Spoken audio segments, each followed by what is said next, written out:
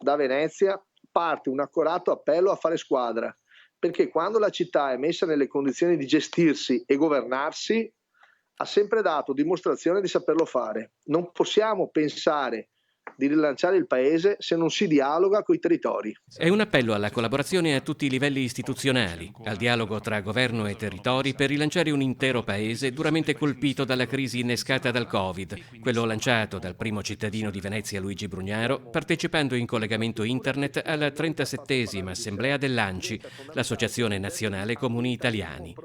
Ricordato l'esordio del Mose, Brugnaro legge l'elenco di tutto ciò che viceversa rimane da fare a Venezia. Il porto, lo scavo dei canali, le concessioni scadute, il protocollo fanghi, le navi da crociera, la conca di navigazione, la gestione del Mose nel rapporto tra città storica e Porto Marghera.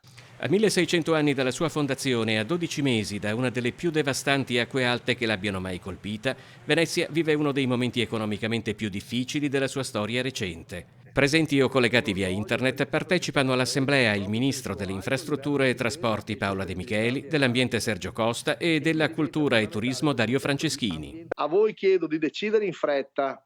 Il tempo è scaduto e io rimango in attesa di sentirvi.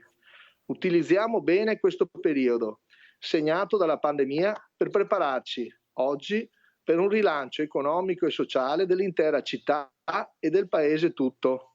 La buona volontà tra le parti è però solo il primo passo di una questione che è evidentemente più complessa e presuppone una riscrittura del decentramento amministrativo dello Stato. Franceschini è il primo a intervenire dopo Brugnaro. Non deve essere un tabù dire che dopo la fine di questa emergenza, speriamo che sia tutto questo il prima possibile, bisognerà un po' serenamente ridiscutere anche del rapporto tra le diverse parti dello Stato.